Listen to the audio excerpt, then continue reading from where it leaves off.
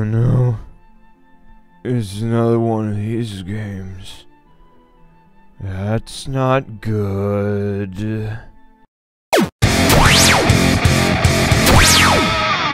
Turning to another RPG Maker game-ish thing. So, a couple things I want to talk about before we jump into the game. First off, this is not going to be nearly as salty as the other RPG Maker game that I reviewed on this channel. This one's going to be a little bit more calm and collected. I've got more nice things to say about this one, but there are still plenty of things I'm salty about, and I think that's just going to be the trend whenever I play an RPG Maker game. But this one has far more redeeming qualities. So, the first thing that I probably should mention, the developer for this game is Warframe Studios, and it was released in mid-2016. So, let's just jump right into a new game. So, you see you have 3 different difficulties. I think the difference in difficulty is just basically how much experience you get and how much gold you get at the end of quests. So there's really not much of a difficulty difference. Like, the AI doesn't seem to be doing anything different. I did play on casual difficulty because it's significantly easier to play on casual, and not significantly easier, it's just I wanted to play on casual difficulty so that I could get through faster, see the story, see the game, and just get it over with. And thankfully, there are no achievements that require me to play it on a hard difficulty. So, as with most RPG Maker games, you got your pretty straightforward user interface here. You got your characters, you got your items, you got your skills. You've got, unlike in other RPG Maker games, you start off with 4 characters this time, and these are the 4 characters that will be with you throughout the entire game. Any combat that you encounter, you will always encounter with these 3. I've never encountered combat with 1. There might have been opportunities where I could have leveled up 1 outside of that, but, you know, that never really happened. I should also point out my experience with RPG Maker games. There are people out there that have spent a lot of time sorting through good and bad RPG Maker games. I'm not one of those. I just play the games that have somehow ended up in my Steam library. At this point, I've played maybe 5 RPG Maker games, so that's my backlog list of RPG Maker games that I have played and given my thoughts on in written format. So, just keep that in mind when you hear my thoughts on this. I'm not one of the ones that, I'm not a seasoned veteran. But I do try to keep in mind that a lot of RPG Maker games are kind of labors of love made by somebody. Somebody had to make these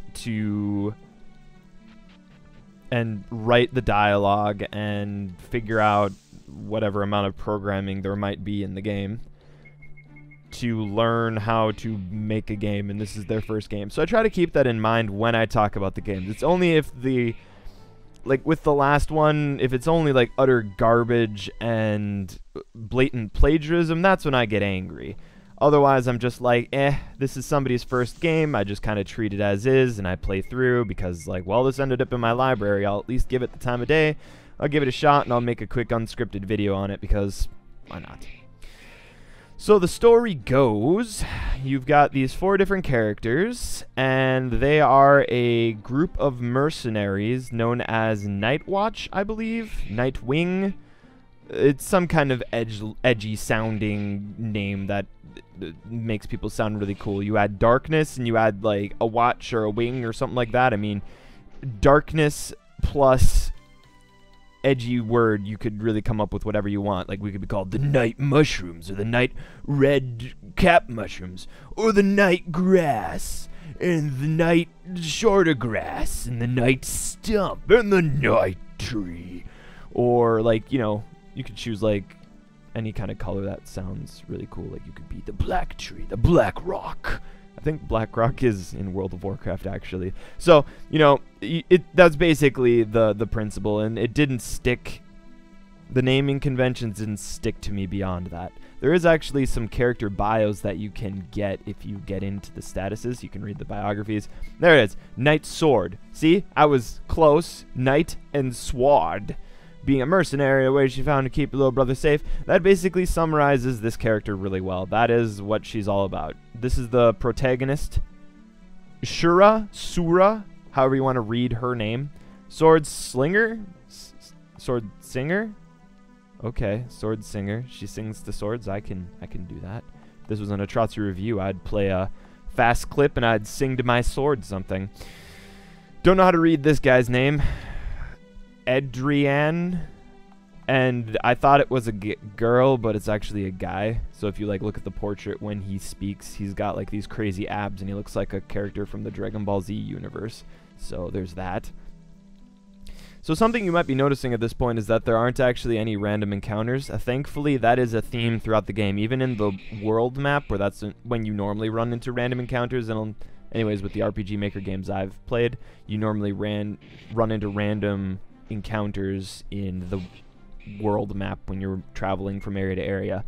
That is not in this game at all. And thank you so much, Warfare Studios, for not including that, because I've just... suffering from random encounter PTSD. I lose my crap. I get so frustrated whenever I have to be interrupted from a random encounter. As far as the maze is concerned, it's not that bad. You got equipment. So let's just put that there. You can juggle your equipment, and I'm not doing a good job of paying attention to using skills. So this is our healer. He heals everyone up there.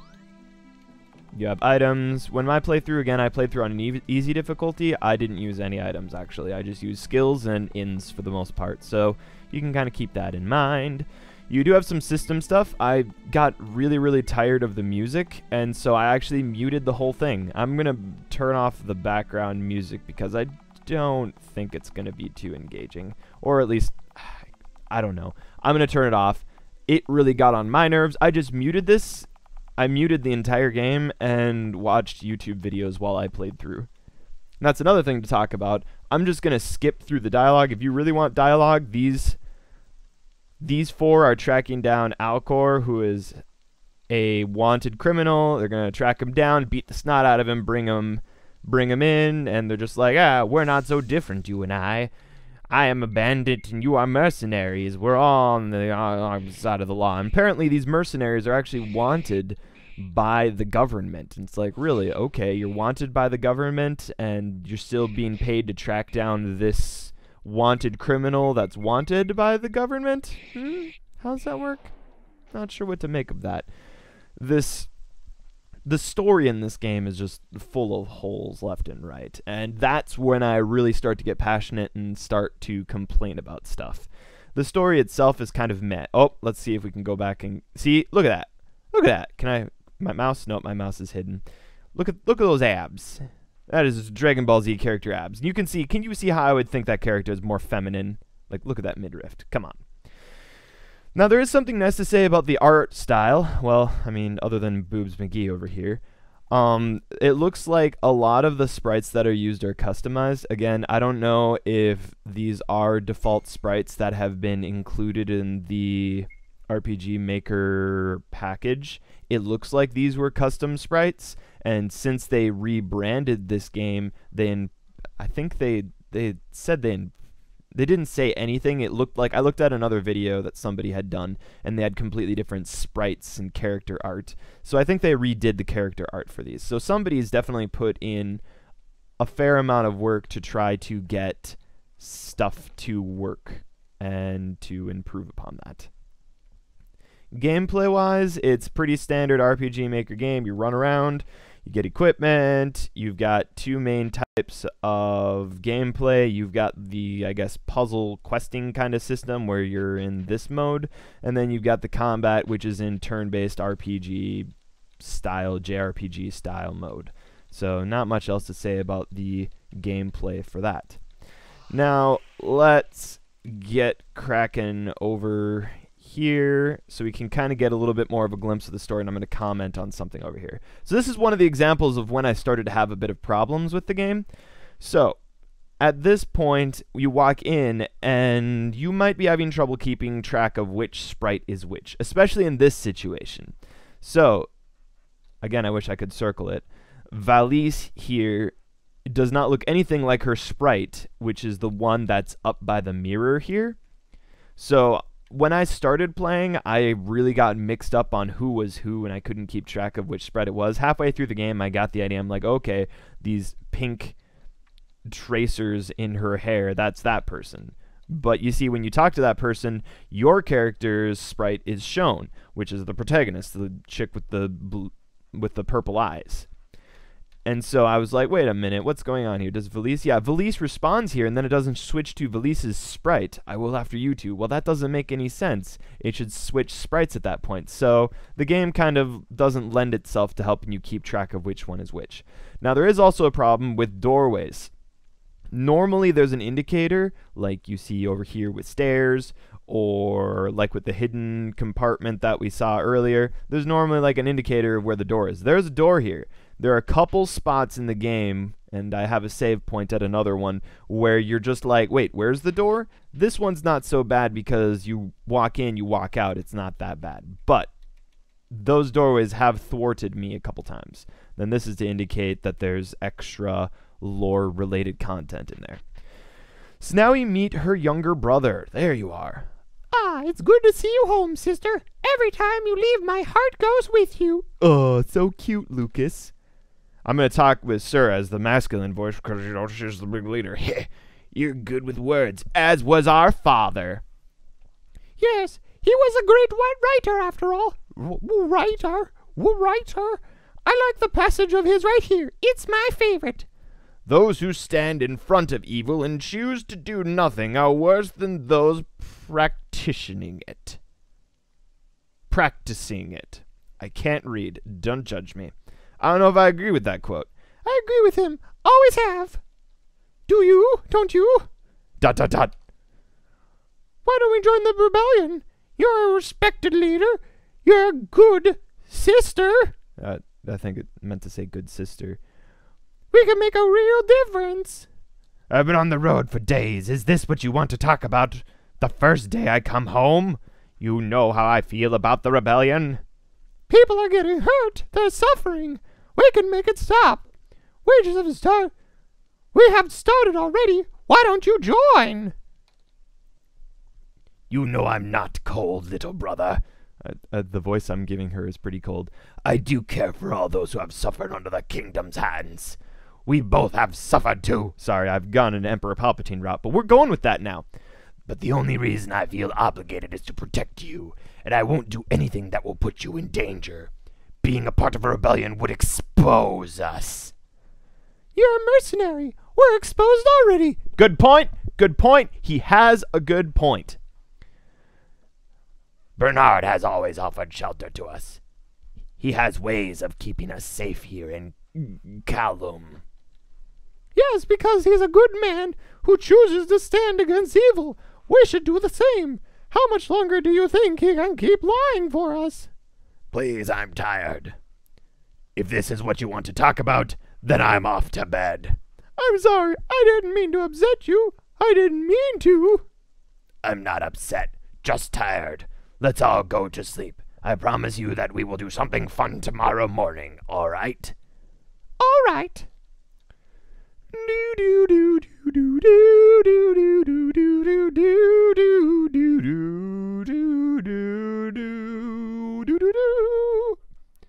Oh, great. I overslept. I'm not going to read this anymore. So, now we get to talk about something that I do really, really like about the game.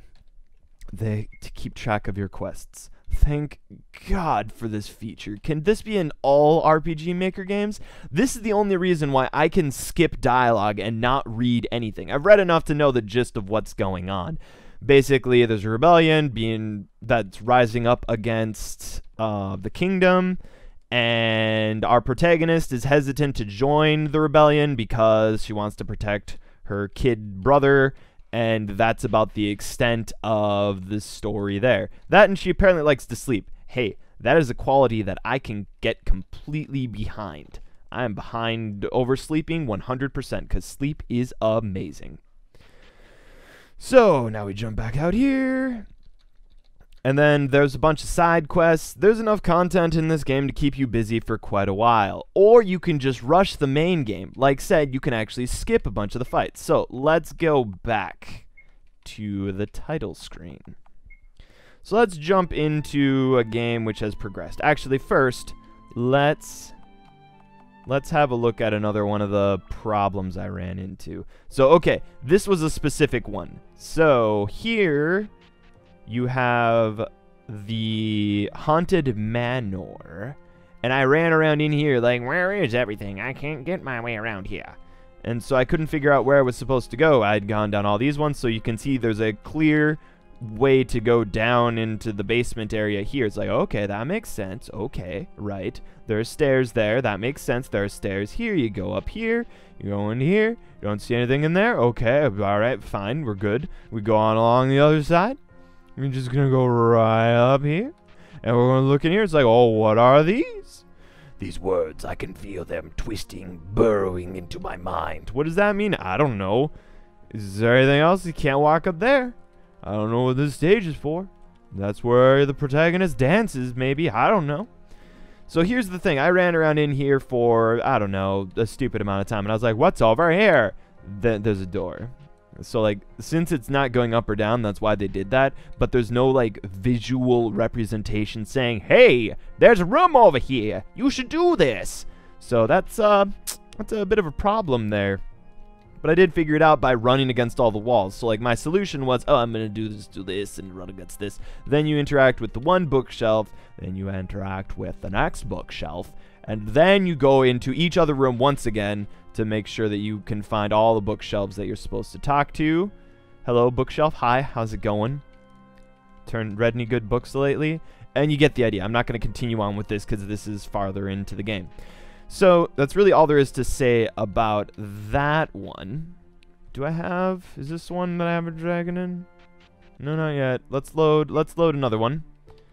There is a faster mode of transportation that you end up getting later in the game. Like, towards the final bit, you get a dragon. Come here.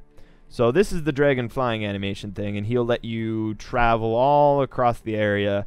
And once you get to the point that I was, this is the final confrontation. That might be spoiling it, but let's face it, I'm not spoiling anything other than the location of where it's at, and I think they probably would have told you if you read. I didn't read. I just flew around, and I was like, oh, let's do basic game logic. Farthest area in one direction or another. So you can go into here, and you can look at the quests, and I don't think I've interacted with all of them. Then you've got the filters that you can filter with them by going to the right or the left. There are several different types of quests. These are the ones that are still active. These are the ones that are complete. So you can scroll through and see all the ones completed if you missed any lore. I have no idea what this particular filter is, but then you have all these other quests that you can do, and there's a lot of them. You can defeat the different lords. There was a set of bosses. I think they were called giants. Were they called giants? Goliath. There we go. David and Goliath. So there are a bunch of Goliaths that you can beat, and then this is the final boss quest that you are given. You can't do anything else other than check them, but as you can see just by the description, it really helps you to figure out. So objective, head northwest to the ice ground forest, find the family treasure, and bring it back to Seymour. That's enough of a description that you should be familiar enough to be like, okay, ice ground forest, I think, was that one. Is that over here? Landing is a bit of a bugger too. There we go. Ice ground forest. There we go. So we could just go in there and start working on completing the quest. But here's where we now move into my achiever mentality. There are 5 achievements for the game. All of them are given to you as you play through the game. So there is no incentive for you to go through and get anything else other than you just want to get the other quests done in a completionist fashion. On an easy difficulty, you can definitely do this. You can skip it. It's not too big of a deal one way or another. It's completely up to you on what you feel like doing for that. If you want to get extra time out of the game, go for it. If you just want to play through the game, get the achievements, and leave, I mean, for people that want to get 100% on their Steam profile, which I can definitely empathize with, I would like to be like that, but I don't have the time to do that anymore. This is definitely a game that will appeal to people that are interested in doing stuff like that. So I don't think that there's anything else that I want to show here. So as you've already seen, you can't really get into... You're not getting into any fights while you're flying. You're not getting into any fights while you're standing around and going on this. So again, no random encounters. Again, thank you so much. I'm actually suffering from Pokemon problems because when I walk in the grass, I think that I'm going to run into a random encounter. So, you know, that's definitely running in the back of my mind while I'm playing the whole thing. I'm just like, oh no, it's tall grass. You know what that means. So when you actually go into an area, so here's that's representing an NPC that you can fight, and you're just like, nah, I don't want to fight you.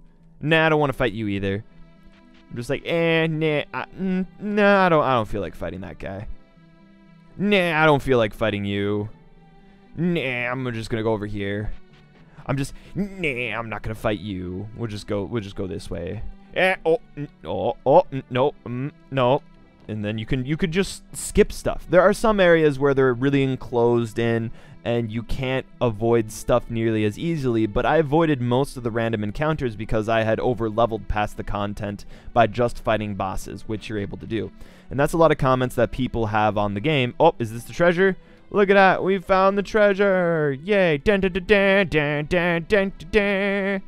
So yeah, that quest is done now. Hooray! Now we can run back and we can finish the quest if we want to, or not. As far as the progression is concerned, so again, this is the farthest that I got, and I was able to beat the boss with this. So you've got the different ways of attacking, you've got several different attacks. I don't know how far it goes. You have these different ones. My strategy, maybe you don't want to hear my strategy about it, but my strategy was basically to just use Viper's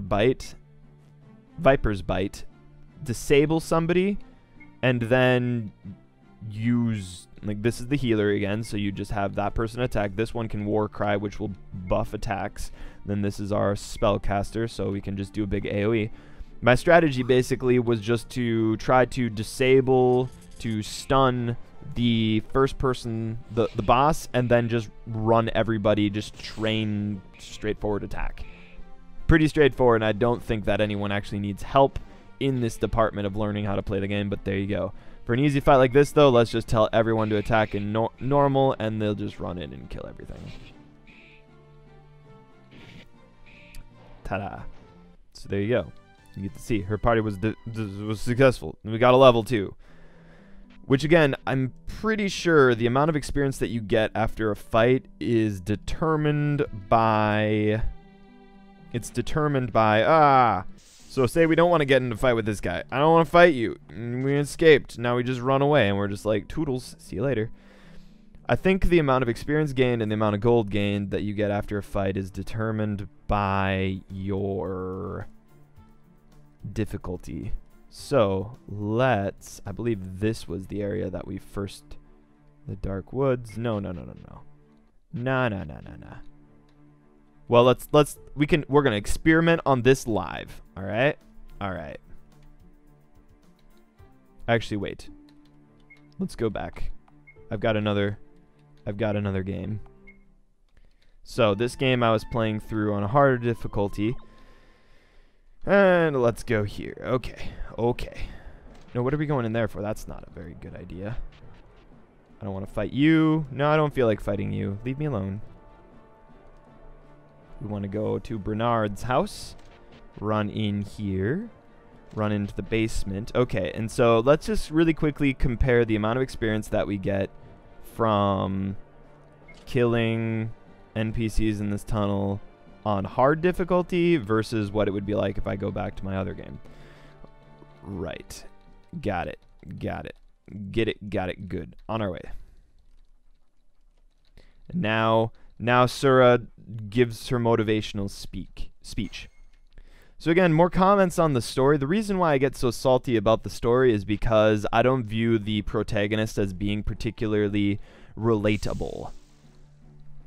The whole thing, the catalyst that's going to drive her into action. So she's just like, no, I don't want anything to do with this rebellion. I refuse. And the thing that's going to drive her into this interaction is going to be, okay, what are we looking at? All right, 10 and 10. That's an easy number to remember. Let's go back and load the harder difficulty and run right back in there, and we'll see how that goes. Okay, 10 and 10. Got to remember that. So the driving factor for her to stay out of the conflict is trying to protect her brother. So what do you think is going to happen to drive her into combat? I mean, It's not rocket science. You probably should be able to figure it out for yourself. Just, you know, to avoid any potential type spoiler territory. I'm not going to say anything else into it, but there is something that drives her into needing to get into this conflict now, and it's pretty blatantly obvious. Well, the thing that frustrates me about it is, like, she doesn't fight it. She doesn't go, oh, well, I just don't, I still don't feel like I should be a part of this. There's not a really strong motivation for her to get wrapped up in this conflict. Okay, what do we have? What do we have? What are we going to get?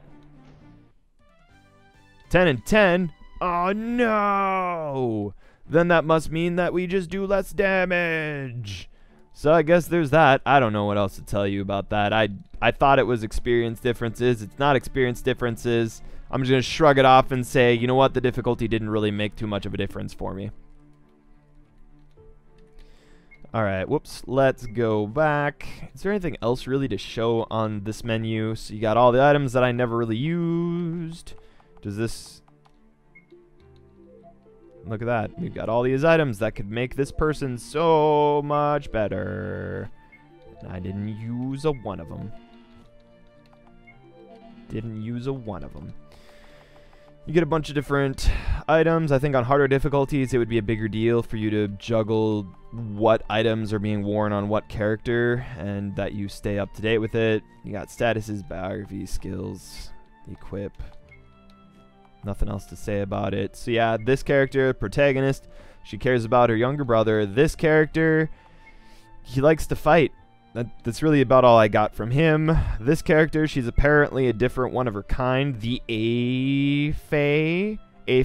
I don't know. She's apparently a different type of being, and she's apparently the last one of them, but she's not. Spoilers. And then this is just like a really rich mage, even though it says warlock. Though my warlocks revive people from the dead, and he's not a warlock if he's not summoning imps or void guardians or anything like that. I don't believe it for a second.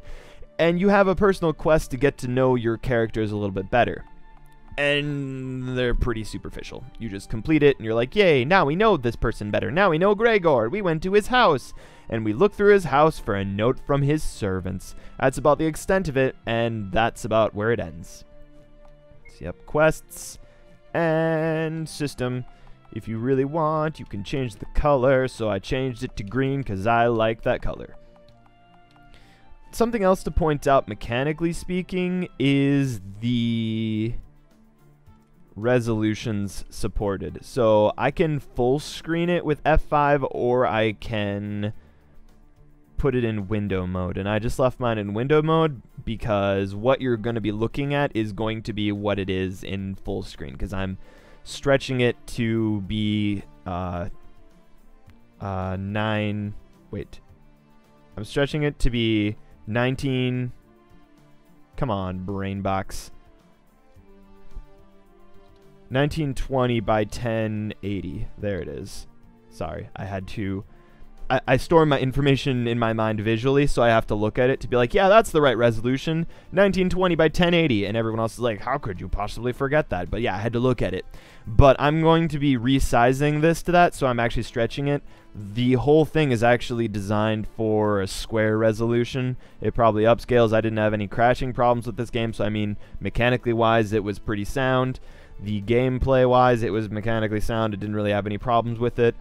A lot of the fights are optional and skippable, so I actually have a lot of really nice things to say about it. It's just that the story is not compelling whatsoever. The side quests, not so much, but they have a quest feature. Oh, this is the best thing. This is the nicest, this is the best feature that I can praise this game for. I didn't even know you could have a quest system in an RPG Maker game. To anybody who wants to make an RPG Maker, add this. Definitely add this into the system.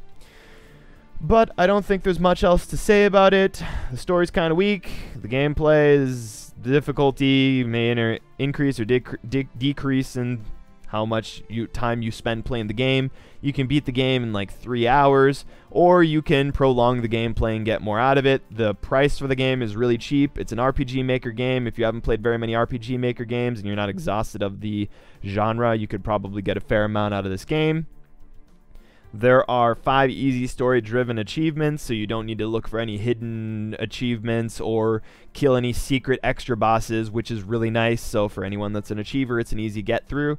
The graphics, they have custom sprites for some of the stuff. I don't know how much of this is. I'm pretty sure this dragon isn't a custom sprite, but each character's art is customized, and I think the individual sprites are customized as well. You're either going to like or dislike them. I don't really care one way or another. It looks like it was fan service, and I don't know why it has a Steam tag for being adult-ish content. I didn't run into anything that was particularly adult or mischievous or would interest any teenage boys. I mean, sure, if you want to get on the back of that and look at sprites, you could just Google deviant arts if you want. It's not a selling factor. It's not going to drive you to want it. And yeah, that's really all I have to say about the game. There's not much else that I really have to say about it. Thank you for watching. My name's Atratzu, and I approve this, my thoughts on video. I haven't figured out an outro for this. Thank you for watching. If you like my content, if you like my ramblings, I've been making a lot of unscripted style videos. If you like these, there are definitely more that you can listen to in the background or you can watch. If you would like to see work that I've actually put a lot of effort in, I would recommend you check out my Atratzu reviews, where I actually do video editing rather than just slap gameplay and audio together in a cheap Let's Player mentality, but not as bad. Hey, we can land over here. But yes, thank you for watching. My name's Atratzu, and stay tuned for the next My Thoughts On video. See you next time.